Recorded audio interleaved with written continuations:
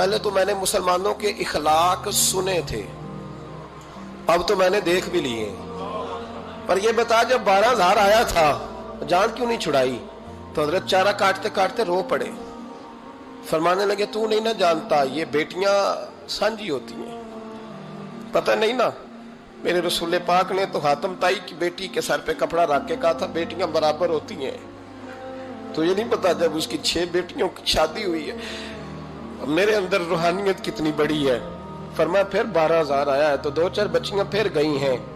تجھے نہیں پتا میں اندر سے راضی کتنا ہوں، میں تیری نوکری کرتا رہوں گا، پتہ نہیں اللہ کتنی بیٹیوں کو بیاہ دے گا.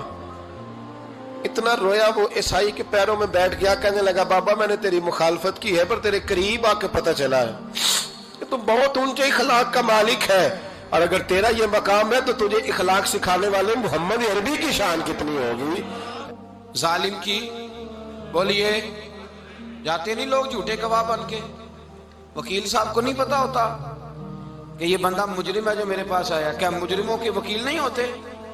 بولے تو اس کو پتہ نہیں ہوتا وکیل صاحب کو کہ یہ صاحب مجرم ہے میرے پاس مقدمہ لے کے آئے. اور اگر بے ادبی نہ ہو جائے تو میرا خیال ہے قاضی عدالت کو بھی پتا ہوتا ہے کہ مجرم کون ہے اور مظلوم. میرے نبی پاک صلی اللہ علیہ وسلم نے اس قدر زیادہ سختی فرمائی اس مسئلے میں. فرمایا جس کو پتا تھا کہ فلاں آدمی ظالم ہے، ظلم کر رہا، پھر وہ ظالم کا گواہ بنا یا اس نے ظالم کی مدد کی، کتنی کی؟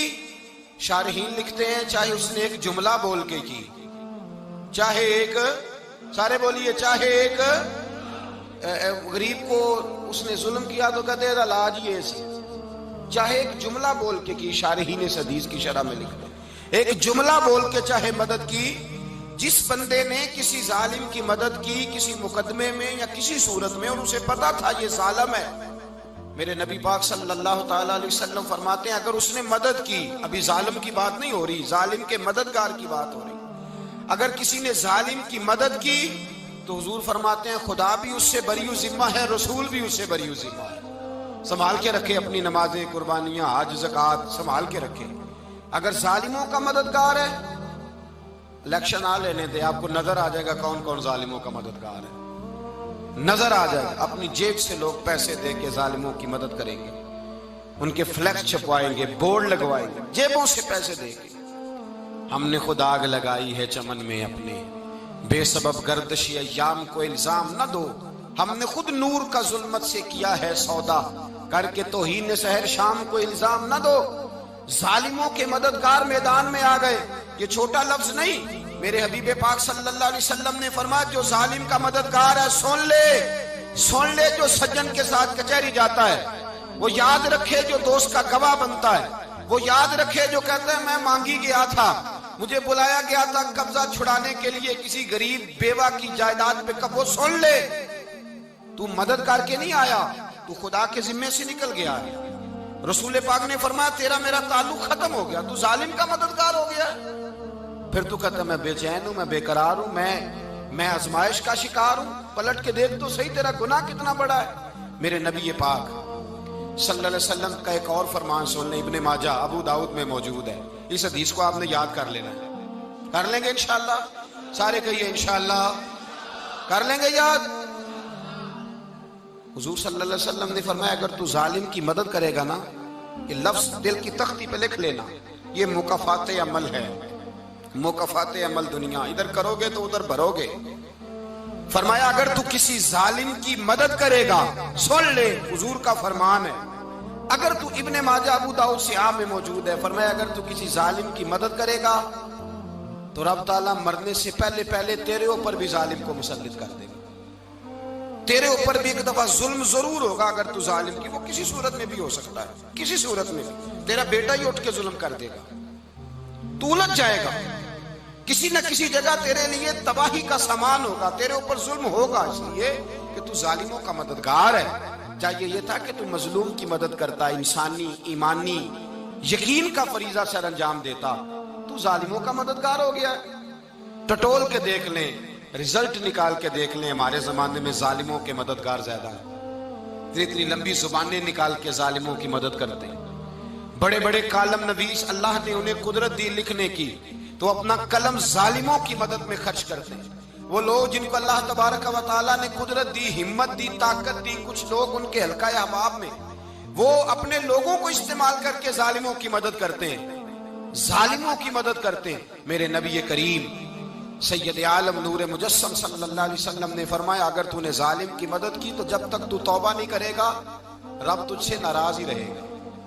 اللہ تجھ سے، او بھائی جس سے رب بھی ناراض ہو گیا، نہ کھانا نہ پینا نہ سونا نہ جاگنا نہ نیند، پھر تیری ہر چیز تیرے لیے آزمائش ہو جائے گی، پھر تیرا سایہ بھی تیرے لیے خوف کا سامان بنے گا، پھر زندگی جیتی جاگتی لاش بن جائے گی، تو اپنے کندھوں پر اپنی میت اٹھائے پھرے گا جب تو ظالم کا مددگار ہوگا۔ اور نبی پاک صلی اللہ علیہ وسلم نے فرمایا ظالموں کا مددگار بھی ظالم ہوتا ہے، ظالموں کا مددگار بھی، سارے بولے ظالموں کا مددگار بھی نہیں، کو نہیں، آپ سارے نہیں بولے، ایک دفعہ بولے ظالموں کا مددگار بھی، پکی بات ہے، ظالموں کا مددگار بھی۔ اللہ اکبر، جس کا یارانہ ہو، جس کا دوستانہ ہو، جو کہے میں نے نا اس کو اوکھے ویلے کے لیے ظالم کو یاد رکھا ہوا ہے۔ کبھی مشکل میں رکھے نہیں ہوئے لوگوں نے ظالم دوست، کہتے میں نے رکھے ہوئے ہیں، بلکہ ہمارے دیہات میں تو کہتے ہیں میں نے بازو بنائے ہوئے ہیں۔ کس کو بازو بنا لیا؟ ظالم بھی کبھی بازو ہوتا ہے، جو ظلم کی تلوار لیے میدان میں کھڑا ہے۔ قارون، حامان، فرعون، نمرود کا حال نہیں لوگوں نے دیکھا؟ اپنے زمانے میں آپ نے کتنے لوگ نہیں دیکھے جن کے سائے سے، آواز سے لوگ کانپتے تھے؟ پھر پولیس کی گاڑیوں میں وہ اس طرح مردہ پڑے کہ دنیا نے تماشا دیکھا ان کا۔ یہ رنگ ہم نے دیکھے نہیں اپنے آنکھوں سے۔ فرمایا ظالم کا مددگار بھی، جو کار میں بٹھا کے لے کے گیا وہ بھی ظالم، جس نے چائے پلائی وہ بھی، جس شخص نے کھانا کھلایا وہ بھی، جو کچہری تک ساتھ گیا وہ بھی، جس نے فلیکس کے نیچے، بڑے شرابی کے نیچے چھوٹی اپنی فوٹو لگائی وہ بھی، جو ووٹ کی پرچی ڈالنے گیا وہ بھی۔ کہہ دینا باہر نکل کے کہ حضرت صاحب نے سیاسی تقریر کی ہے، کہہ دینا، پر بات تو سچی ہے نا۔ خو کرے ہم تو سے تھوڑا سا گلا بھی سن لے، خو کرے ہم تو سے تھوڑا سا بھی گلا۔ امام مالک کے پاس ایک بندہ آیا، اس نے کہا حضور میں درزی ہوں، ایک ظالم بادشاہ مجھ سے کپڑے سلواتا ہے، میں تو ظالموں کا مددگار نہیں نا۔ ایک ظالم بادشاہ مجھ سے، حضور میں تو مددگار نہیں نا ظالموں کا۔ جو فرمایا ظالموں کا مددگار بھی ظالم ہوتا ہے، تو کپڑے لے کے آتا ہے میں سی کے دے دیتا ہوں، ذمہ داری نہیں۔ یہ ایک آدمی دکاندار ہے، اس سے کوئی بندہ چیز خریدنے آئے گا تو تھوڑی کہے گا میں نے نہیں دینی، تو دے گا۔ کوئی بندہ اگر کسی شخص سے کوئی کام کہتا ہے جو اس کی فیلڈ ہے، اس کا شعبہ ہے، اس کا معاش کا وہ سلسلہ ہے، کہتے ہیں یا رسول اللہ صلی اللہ علیہ وسلم ظالموں کا مددگار بھی ظالم، حضور نے فرما دیا۔ تو امام مالک سے بندے نے مسئلہ پوچھا، دل کی تختی پہ لکھنے والی باتیں ہیں، کہا حضور میں درزی ہوں، ظالم کپڑے سلواتے ہیں، میں تو مددگار نہیں نا۔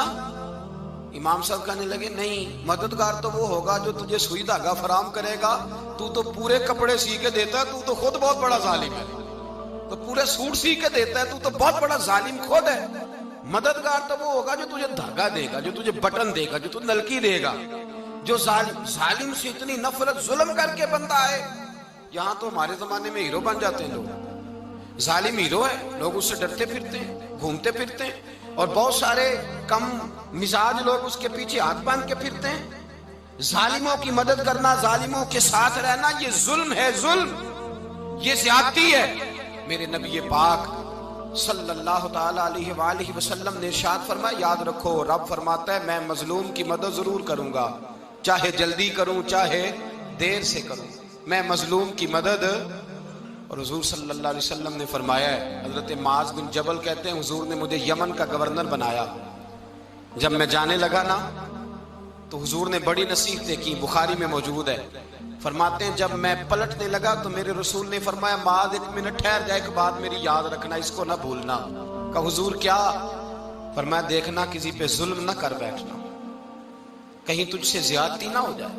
محبوبہ پھر حضور نے فرمایا سن میرے معاذ، میں تجھے گورنر بنا رہا ہوں، زیادتی نہ کر بیٹھنا۔ یا رسول اللہ صلی اللہ علیہ وسلم کیا ہوتا ہے؟ تو میرے کریم نے فرمایا جب مظلوم دعا کے لیے ہاتھ اٹھاتا ہے تو عرش کا مالک کہتا ہے فرشتوں پیچھے ہٹ جاؤ، عرش کا مالک کہتا ہے فرشتوں پیچھے ہٹ جاؤ۔